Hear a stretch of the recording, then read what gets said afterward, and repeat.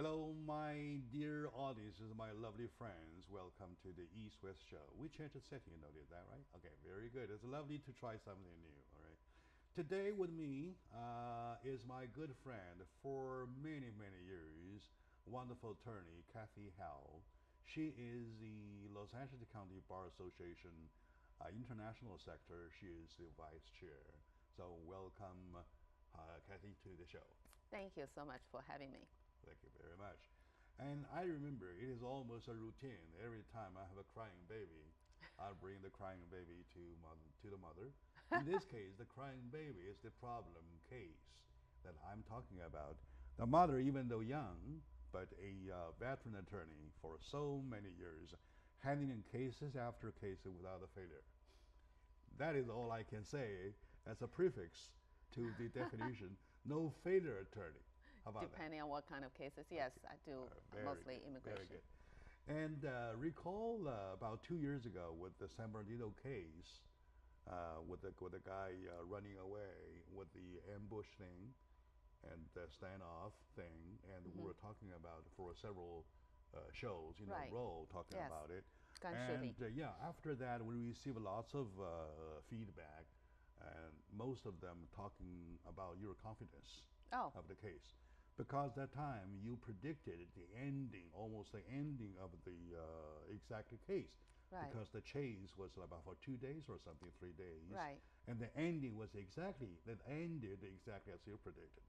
And you earned lots of credit. Thank you. Some of my friends wrote to me in the email saying that, okay, she's wonderful. And she really knows what she's talking about. Well, thank you so much. That's a good comment for attorney, right? That is, right. And I'm confused, Kathy, very confused, because it was 2 weeks ago when I heard about the press conference held by Kathy Griffin. Talking about her excuses, and it started with apology, talking about her excuses for holding Trump's head, a bloody head, which is chopped off. And then lots of controversies arising from it, talking about either she had the right or not had the right, or violation, no violation, whatever. I know it is a free country. I know everybody has a lot to talk about, but I am very confused. At first, I feel I'm so worried, and I'm so kind of offended seeing what I saw. So that's the problem, right? So, and as always a routine for this show, we are not following the news part. We let the news part go its own way. We always settle a little bit and precipitate it and to think, and then we want to take that as a lesson to learn. So today, may I please ask you questions in that aspect, what we should learn, what we do know, what we do not know in that case. We probably can take it as a sample case, can we? Well, not necessarily or really, because this is a public communication and this is a community service, so it's not designed as legal advice. But I can comment on the legal aspect of it, and I can comment on the public opinion. So yeah, I think to that extent, absolutely, yes. I know this country is so divided. That's not a problem. Even me myself, I didn't vote for any. I didn't vote for Hillary. I didn't vote for Donald. None of them like that. But that doesn't mean I do not show my respect to the President of the United States, which is a symbol. Right? How do we, from the law perspective, to interpret or define the signal, the sign of a President of the United States? Well, I really cannot define the President of the United States, although I do have respect of the elected officials. And President Trump is elected. He won the election, so he is our president. You like it or not like it. So he is the president. He's the leader of the free world. Although the Constitution of the United States do afford freedom of speech. So her holding beheaded Donald Trump is a form of speech.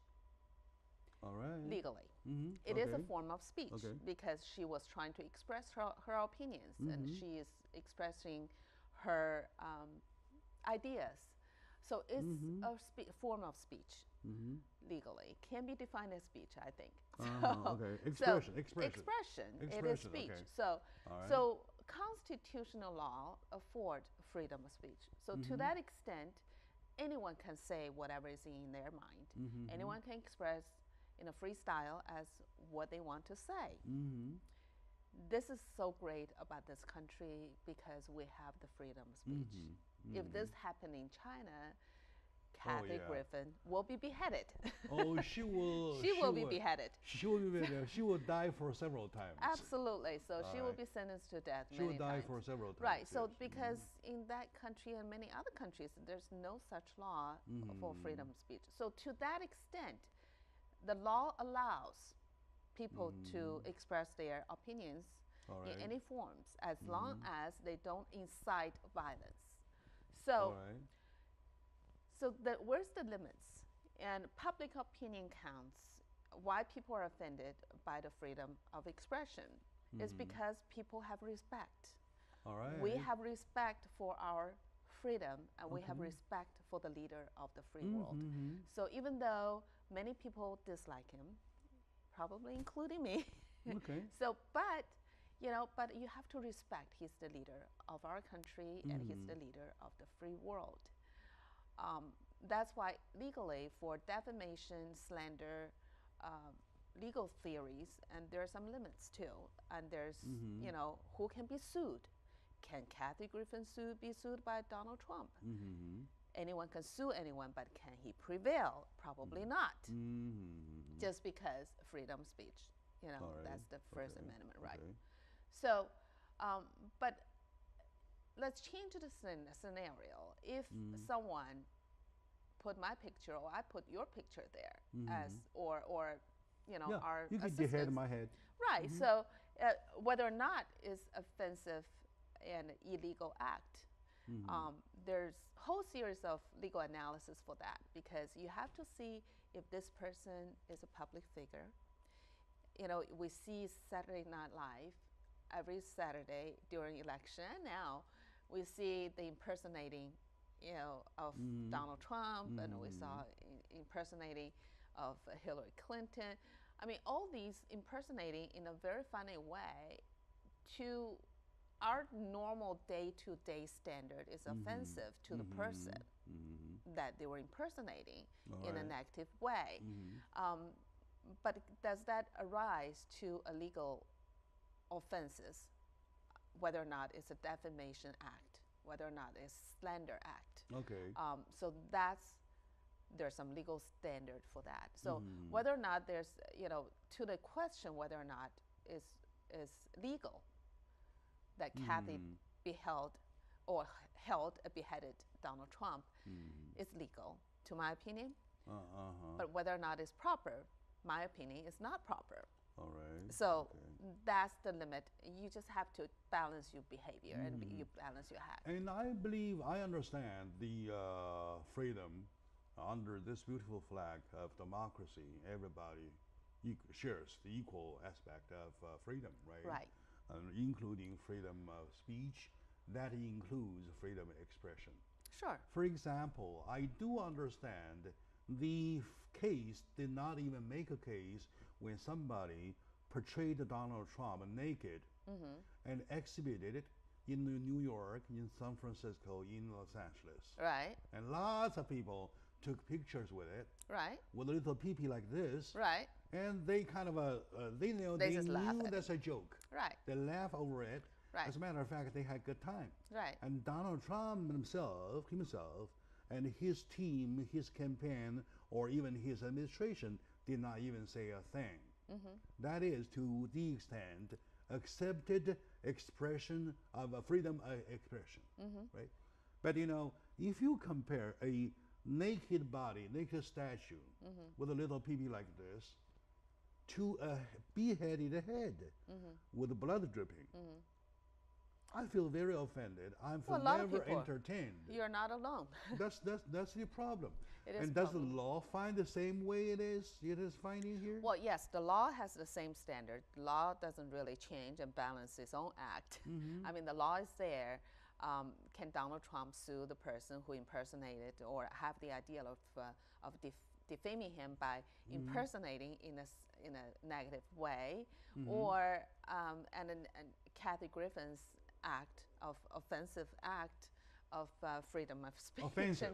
I think it's offensive. Okay, I think very it's good. offensive Okay. to public opinion, to the person who, Donald Trump, I'm sure he is deeply offended, but I don't think legally he has an actionable act to, if he choose to sue Kathy Griffin for defamation or slander, and I think he's not going to But win he's because at of least freedom. an individual, Yes, right, and a citizen of the United States. right.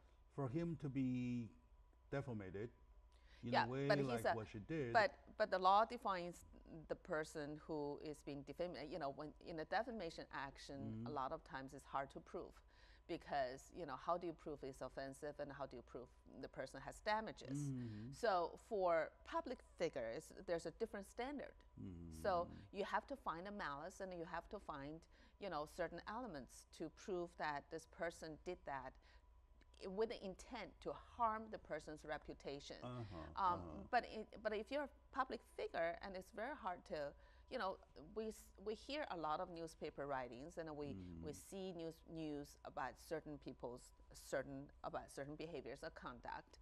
So if it's completely false, okay, if the expression or statement is completely false and with the intent to harm some person, and then it is a legal action. So it's an actionable act. So meaning It's an another word, actionable yeah, act. in another word, that the person who's been defamed and harmed can sue the person. Although you have to go through a lot of legal theories in order to prove, and everything is provable, and it depends on whether or not it can be Alright, to approved. what extent? So yes. to the extent of whether or not you can bring a lawsuit, there are two different standards. Whether or not you can bring a lawsuit, and whether the lawsuit can stand, or whether the lawsuit can prevail. There are two Okay. different things. And the All one right. you're looking at whether or not you can even go into the court, whether the court is going to adjudicate the case, or the court accepted the case, and whether you can weigh. So there are many complicated analysis and legal theories in between. But in terms of Kathy Griffin's issues, and I think that act is really, really offensive, just because, I think it's more offensive because it's hurting the freedom, is hurting the leader of the free world. Yeah, it is also even hurting the definition of democracy. There got to be a limits in terms of behavior. you're right, Like you're right, the joke cannot go too far. I'm sure she meant to be a joke. All right, You know, good. I don't think she meant to be, oh, everybody come to cut Donald Trump's head or something. So that would be incite a violence. Sure. So that would be a total different nature. If ISIS person do that, that could be a different theory. Because if a terrorist did that, that could be a signal. Could be a declaration. Could be, right? could be a signal that All they're right, going to my try dear to do audience, something. today I'm really asking question to the right person, and who is the mother of the quote-unquote crying baby, because I'm so kind of mystified about the extent of what's it called, freedom of expression or freedom of speech. Let's take a very short moment out. With me today is my dear friend, Kathy Howe, a wonderful attorney of law of Los Angeles of California. She is also the Los Angeles bar of Association of International Sector. She holds a vice chair position, wonderful position. Stay with us, we'll be right back, please, talking about the other side of the coin. Stay with us, please.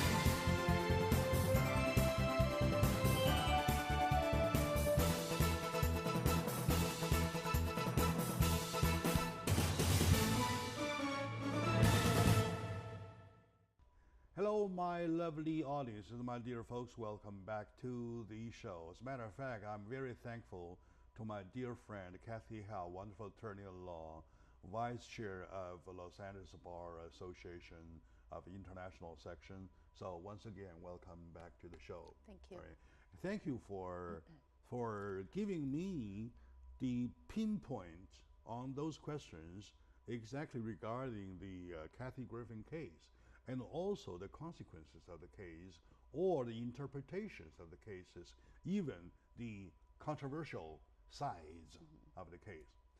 Like I said, flipping the other coin of the other side of the coin, though, we found out, number one, Kathy Griffin started that conference say apology with her apology. Yeah, right. I'm sure she. Right. Yeah, she did. My number one question: if she did what you believe was right, was to be right, why apologize?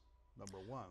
Yeah. And number two, she seems to be so scared about the investigation, FBI investigation, and being questioned, being so on and so forth, and even threatened by facing lawsuits, right? Filed either by administration of Donald Trump or by Donald Trump himself, or even people versus Kathy Griffin, something like that. Yeah. So give us some legal perspective, please. Well, all the scenarios have some reasons to it. She did apologize, and that's why I'm saying that when she first did that, the photo, I don't think she meant in a very harmful way. I think she was probably as a comedian. I think she intended to be funny. I think that's why after it came out with outcry of comments, negative comments about her act, I think she felt very sorry. And another practical reason that she feels so sorry is that she probably didn't realize how much this act had hurt her career, because she has always been rated as D actress, and then so with this kind of act, it just offended so many people, especially American general public. I think it's just she went too far. She just went too this far, joke yeah. just I went agree, too far. I agree, too far. Yeah. Yes. So that's one thing, and she has a reason to be afraid that maybe a lawsuit be brought against her for a civil lawsuit by Donald Trump if he wants to spend the time to do that. But I don't think that Donald Trump can prevail if he's actually going to bring a lawsuit against Kathy Griffin for defamation, because it's, number one, it's offensive, right? But whether or not it is cause any damage to Donald Trump, and that's hard probably to prove. It's hard to prove. How do you prove that? What damages that she caused? So it's probably not going to be recoverable kind of a lawsuit.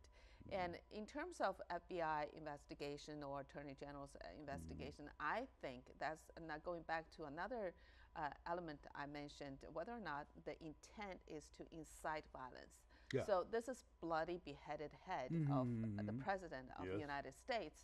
So whether or not could that be a message? I think could be a message, or whether or not who gives her the idea, whether or not the idea originated from some jokers, or the idea was coming from ISIS or from terrorist group. So I think that could lead to some investigation, criminal investigation, because of the sources of that idea.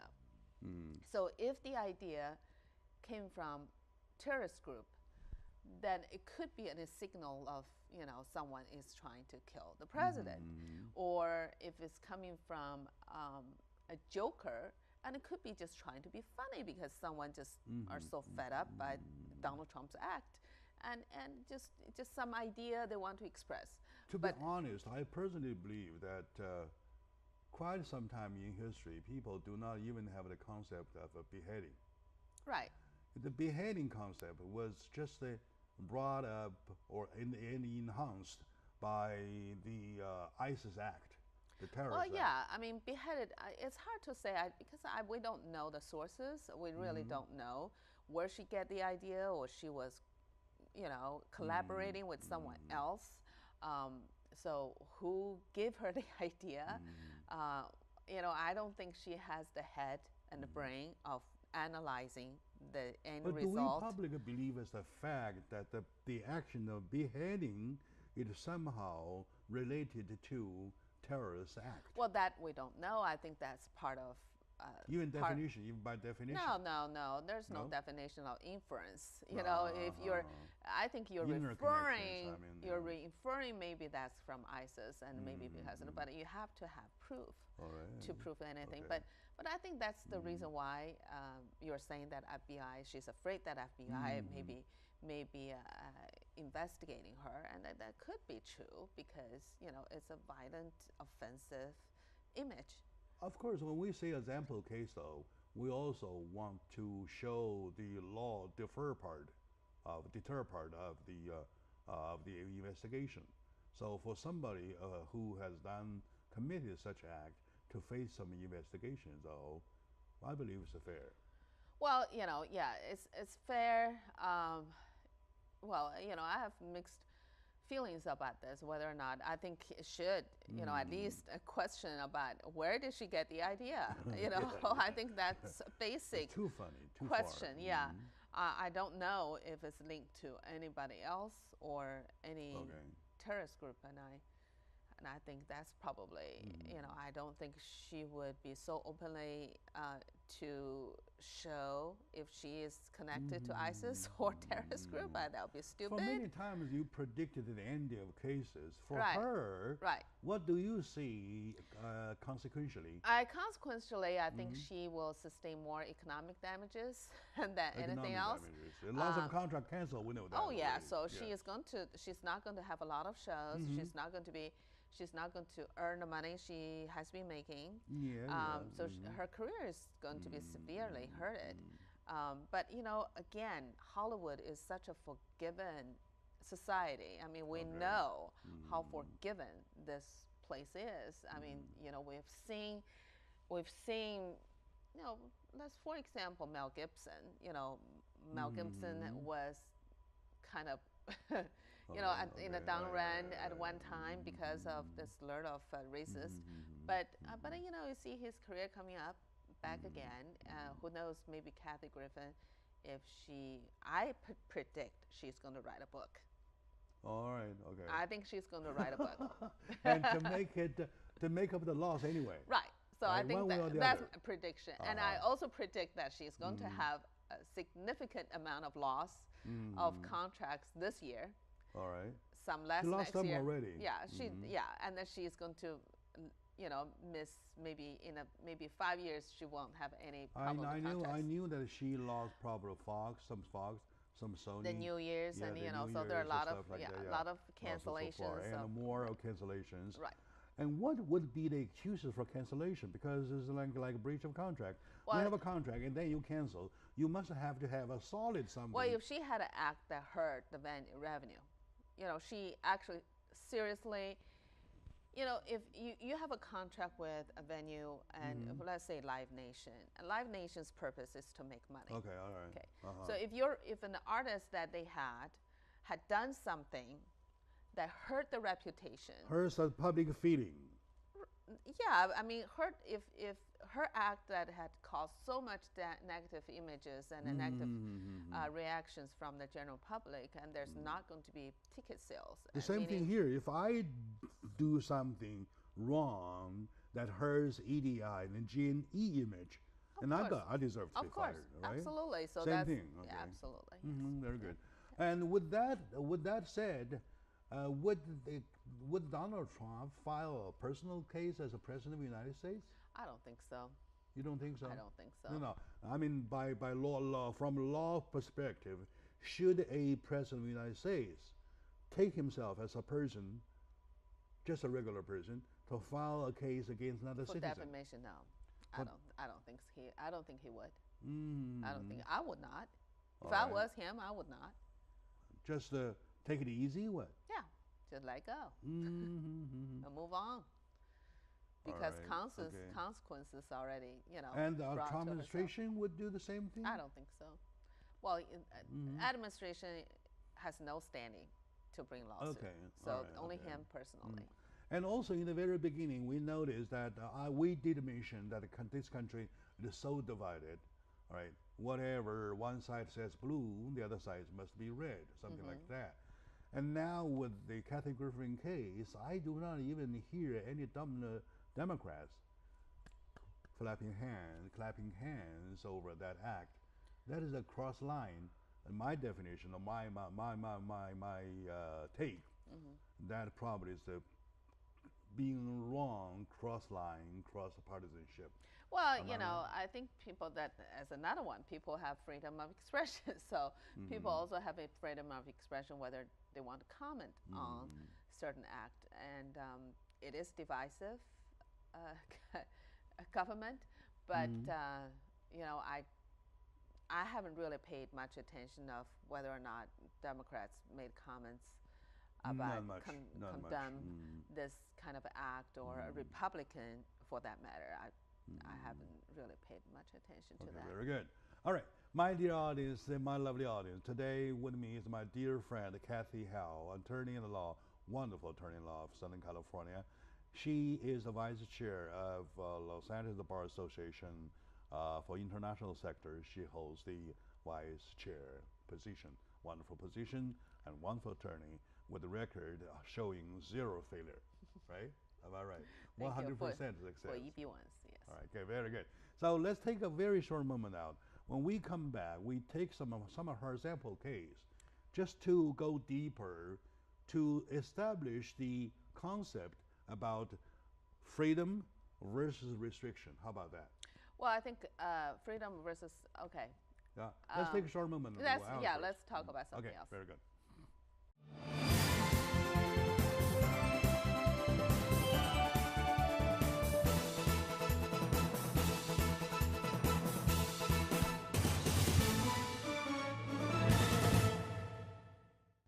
Hello, my lovely audience, dear folks. Welcome back to the discussion. It's a very wonderful discussion. I feel like I'm going back to classroom to taking some lessons. I learn. I do learn. That's why I love this job so much. It's not a job. It's a privilege. The privilege of touching any subject, privilege of meeting all kinds of people. I mean, every single one of them is wonderful, including my dear friend Kathy Howe, attorney at law of Southern California, Los Angeles Bar Association, Los Angeles County Bar Association, international sector vice chairman, whereas chairwoman chair. Right.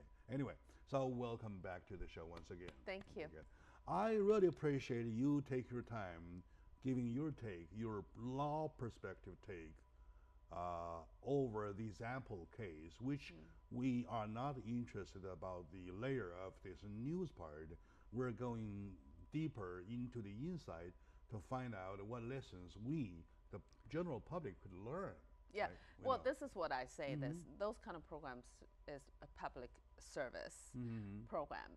Basically we are commenting and we're giving information to the general public, and hopefully they can learn from it, and they learn the limit of their behavior and what they should do, and existing successfully in this society. So yeah, for example, this freedom speech. I mean, we all know freedom speech, but as an ordinary person, can you tell the other person, or can you tell a third person about the other person's, anything, false statement? So can you do that? All right, whether or not, we see rumors, or we hear rumors, and we hear things talking about certain things, but in order to file, I get calls all the time, and although I do practice, and I've been a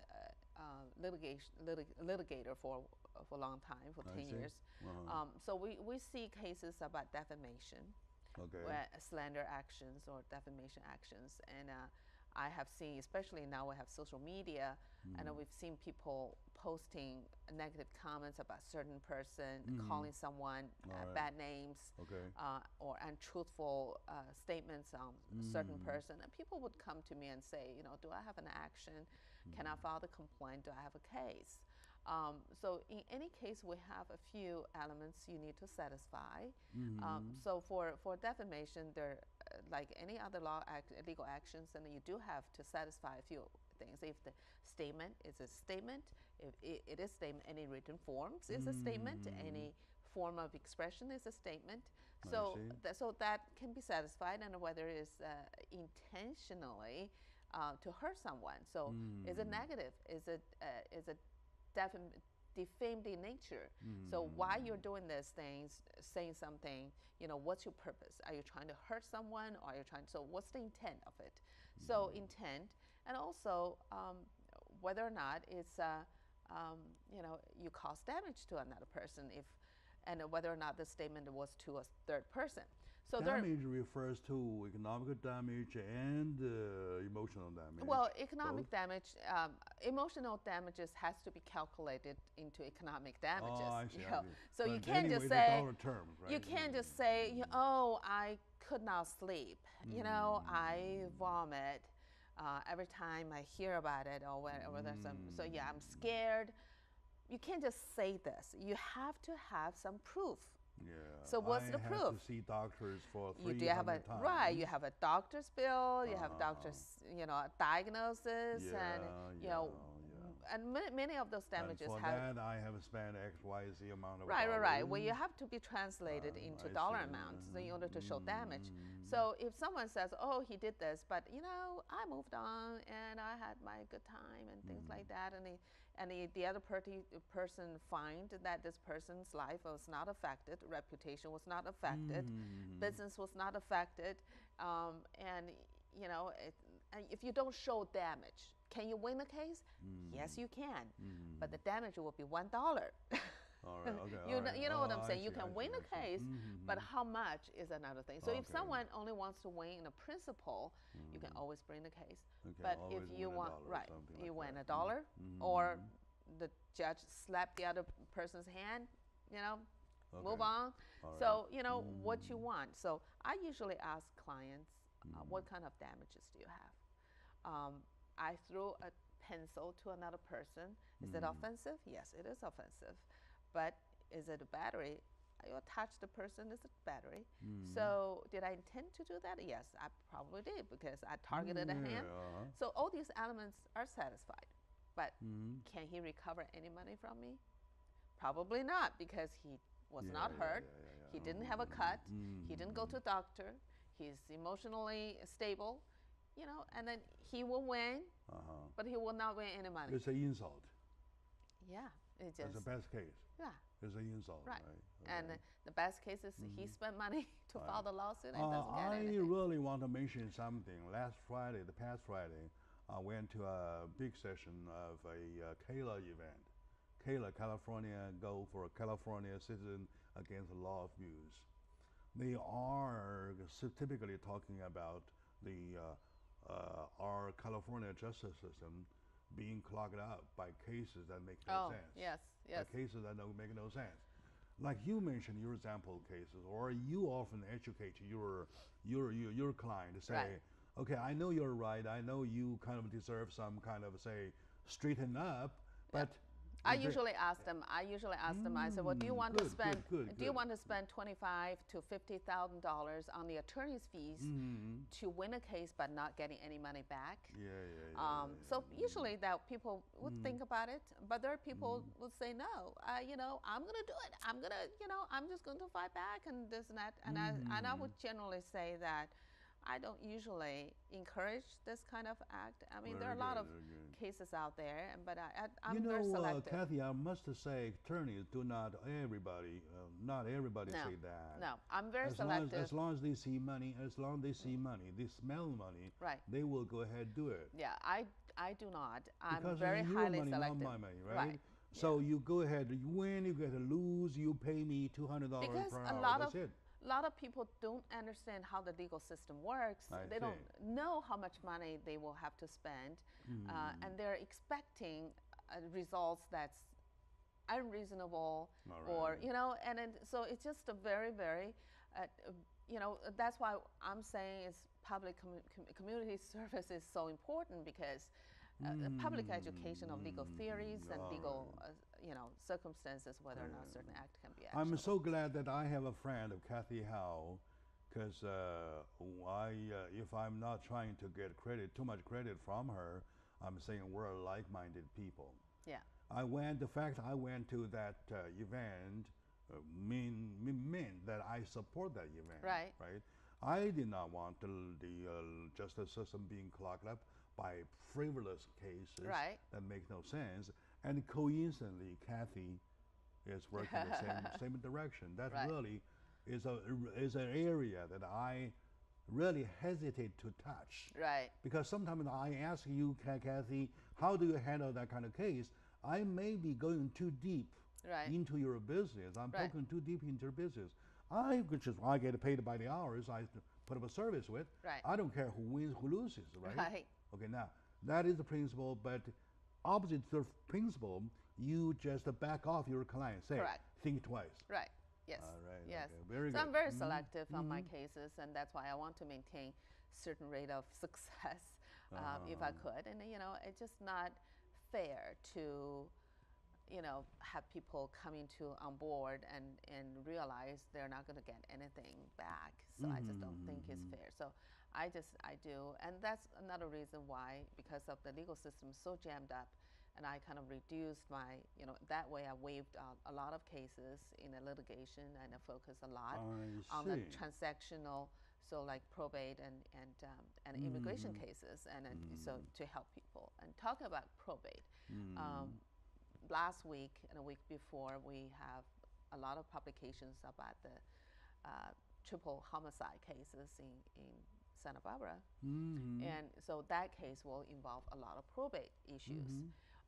So a lot of people are focusing on the criminal trials and criminal hearings of the case, and because the reason why it's on the news every day is because, number one, it's a triple homicide, husband, wife, and a minor child, 5 years of child, and they all were killed by the business partner of the Chinese herbal doctor in Santa Barbara.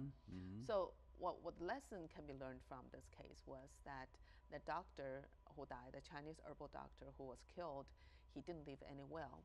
He didn't have a trust, and his wife didn't have a will and didn't have a trust. So basically, they left everything without any their directions. So that's why I always encourage people to, if you have assets exceeding over 100,000, make sure you have a living trust. And usually for us, we prepare trust. We prepare the whole set of documents, which basically take care of any situations that if you are disabled, you cannot talk anymore, if you're vegetable, and you're still alive, but you cannot give any directions. I have had cases that a college professor who is in his 50s and one day came to get water, fell, and became a vegetable. So the wife, been married for 28 years, cannot get access to the payroll check. So how are you going to do it? She will have to spend tens of thousands of dollars to go to court, have the court appoint her as the only survivor, and as a spouse, and to withdraw the community assets. But take lots of time, efforts, and money to prove the case. To prove the case, and yeah. My dear audience, we really have to spend a whole segment of time on this whole issue, because I find it so instructive that we have to really sit down on those issues. Those are so important. And I really appreciate the fact that I have Kathy Howe, wonderful attorney, and the Bar Association of Los Angeles County International Section Vice Chair. That's my personal friend. Thank you. So let's take a very short moment now. When we come back, we'll specifically talk into the part we just mentioned, so stretch it out to see exactly two things. Number one, perspective, to see her set of mind, beautiful set of mind. Number two, from legal perspective, how we want to protect ourselves. Sure. Our loved ones, the one we love, or who loved us. Right. Okay, now, so stay with us. We'll be right back, please.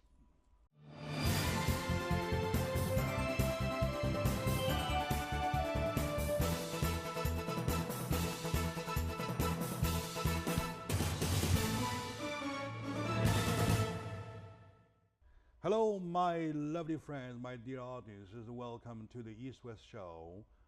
Check out on the East-West Show with the G&E TV. I really, honestly, like this job, because it's not a job, it's my privilege, like I said, to touch everything, all aspect, all subject, to meet all kinds of people, including the super wonderful people, my good friend, Kathy Howe, attorney at law of Southern California, Los Angeles County Bar Association for International Sector Vice Chair, and I'm a street record attorney of no failure. Oh, I found out today she's selective on cases. Yes. So that's why she keeps the records straight up. For reasonable, do it reasonable, do it lawfully, do it rationally, whatever. Right. Okay. Yeah. Okay. Now, Yeah. so welcome back to the show. I'm very, very grateful. You just mentioned a very important aspect about the living trust. Right. Living right? trust and will. Yeah. Or living Right. trust. That is the area I seldom talk about. Right. And I believe my folks over there seldom talk about. Okay. Right? Yeah. So you want to clarify this aspect from a legal perspective? Yeah. And from your practical perspective. Sure. Your cases or your clients, without having to mention names, Right. whatever, you would probably make a good point. And I'm so glad that we touched this. It is so important, please. Well, I think living trust, I have written a lot of articles in the past, maybe almost 8, 9, 10 years, probably in a Chinese newspaper about the importance of living trust. So many people don't understand the differences between trust and will. So what are the differences and what are functions of living trust? And people misunderstood what the living trust can do for them. And I get calls from people would say, hey, I have 3 houses and I have some bank and I have stocks. I just want to give everything to my daughter.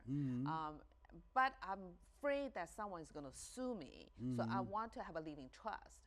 Well, that first of all is the wrong intention, because living trust does not protect lawsuits. Living trust does not protect assets. Living trust only avoid probate. So what is probate? Probate is a legal proceeding administered. Probate? Probate. Oh, probate.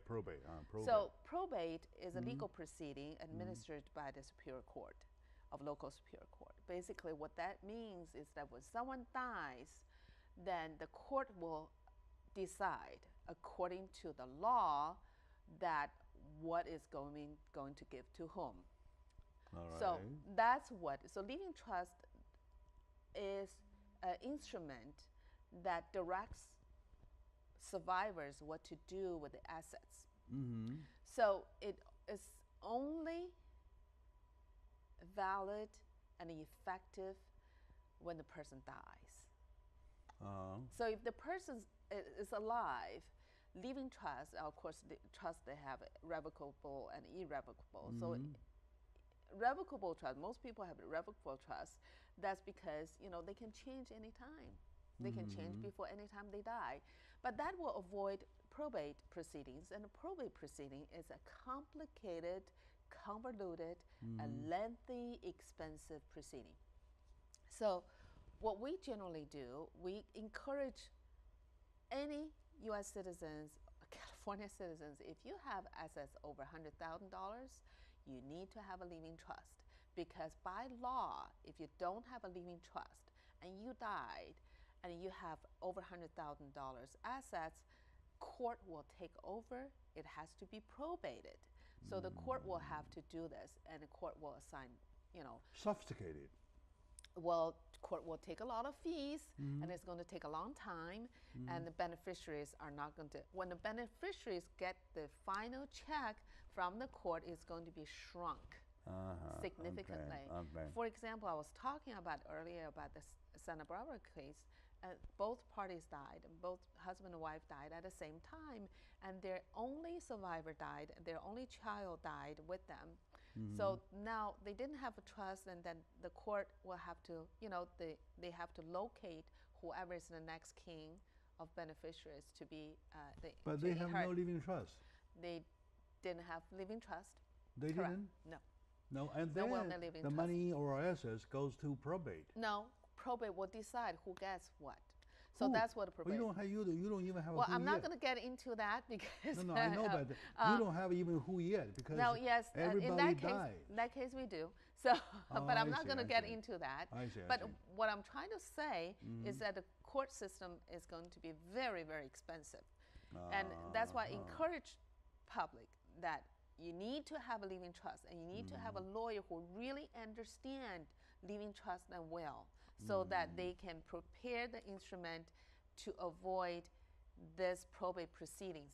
And not only to people who dies, also for people who lost conscious, became vegetable, became incapacitated, mental institute, people of making decisions. Of making decisions. Not only expression, is making decisions. Debilitated, something like that. When someone is so gravely disabled that they are not able to make decisions for themselves. And a lot of things occurred suddenly, for people who had a stroke. One of the people we both know that very active in a community had a stroke and has lost conscious for over a month. Big talent, yes. Right. So many people are like that. I had cases before that the wife had to come to me after her husband became, a vegetable. They have to on the life support, and sometimes this life support can last for years. People are alive, but they are not able to make any decisions or express what they desire. It's a lengthy torture, so it's very, very expensive. Okay, let me see if I understand the living trust correct.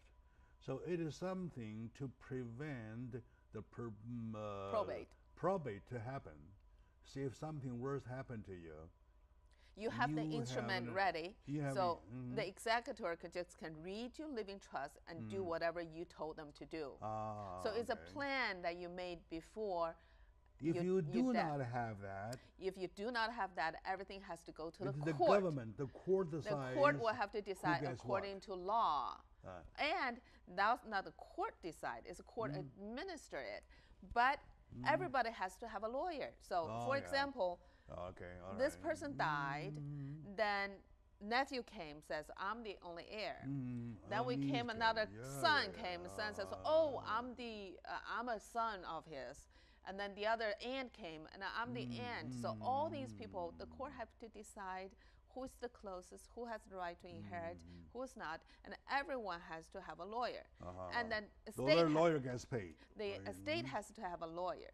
And then everybody else involved has to have a lawyer. So all those money are going to be largely from the state. So when the person finally gets, have the right to inherit, they shrunk. A lot of times they don't have much left. And then what is a will? Will is also an instrument. Will is an instrument to tell people what and who you give to what. So what we usually do is that we prepare not only the living trust instrument, which is complicated. In the living trust, we include the will.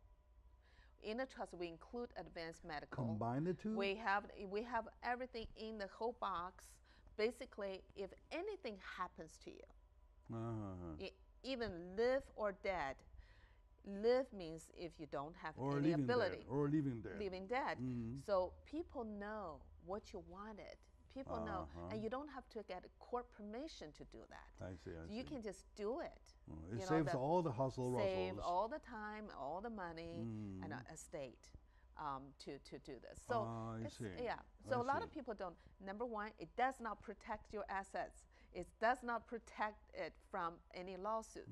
So but can a person's will go against whatever the beneficiaries, the legal beneficiaries? No, the will, people can write a will anywhere. For example, you can write a will here. I give everything to my son. Okay, it's that instrument. That's an instrument. So whether or not it's valid, it's going to be total different. But if I saw you wrote it, he saw you wrote it, it's a valid will.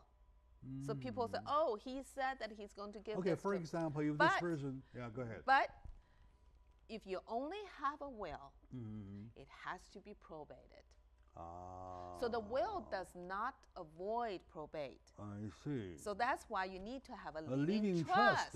Living trust. So a lot of lawyers don't understand. When they don't understand, just want the money, and they say, okay, I have a living trust, I can do the living trust.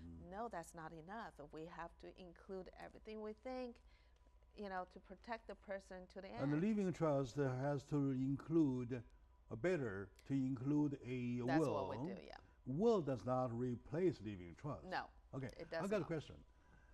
Say somebody has two daughters. Right. Daughter A, daughter B, and he likes daughter A better than daughter B. Right. So when he does the living trust or even will, can he say, hey, I give all my assets To or one whatever daughter, to the favorite daughter. A, Yes. not B? Can he say that? Absolutely. That's why. Is he violating the right of a B? No, it's his How money. about the guy has a wife, or this lady has her husband? Well, wife is totally different because you could only give what belongs to you, okay? You cannot give your wife's things away. You have the full authority and right to distribute what you want, who you want to What give. belongs to you? What belongs to you. As For example, personally. in a situation, in a case that we mentioned, about 3 people died. So the husband and wife died together. So And the who kid. gets what? His family or her family? So, so the court has to decide what part of the assets belongs to him, what part of the assets belongs to her. I see what you mean. And then they decide whatever he has. If he has a will, his family, he can give whatever he has, and she can give whatever she has. But if they didn't have a will, okay, the court will go by law. Even if, for example, if the decedent has 2 daughters, one is drug addict, one is a PhD, one is not going to make anything out of her life, and the other one is going to make great contributions to the society. So of course, if this person has a will, he probably give everything to the daughter who's positive, functional, and not giving anything to the girl because they know the money is going to be used on drugs and alcohol. So if he gives everything to the good daughter, it's fine. The court will honor that. It's okay. But if he doesn't have a will, what happens is that they each get half. Oh, I see. Each, according to the law, they have the equal. The law plays neutral. Right. I see. That's why it's so important. All right. I really wish that we can go on with this because it's an aspect I never mentioned. I never thought I should mention. But thanks to my good friend, Kathy Howe, wonderful. I really appreciate for that. And we end up in a conversation talking about this. This is really, really, really referential to our audience, to, well, every single one of you, including myself. You never know what will happen to us, right? Okay. Yep. And rich or poor, I know I can't die because I'm too poor to die, right? So how about you rich? You probably want to think about it. I'm kidding, all right? So, my dear audience, thank you very much for watching. And to my dear friend, Kathy Howe, thank you for sharing. Thank you for your time, your knowledge. Thank you very much.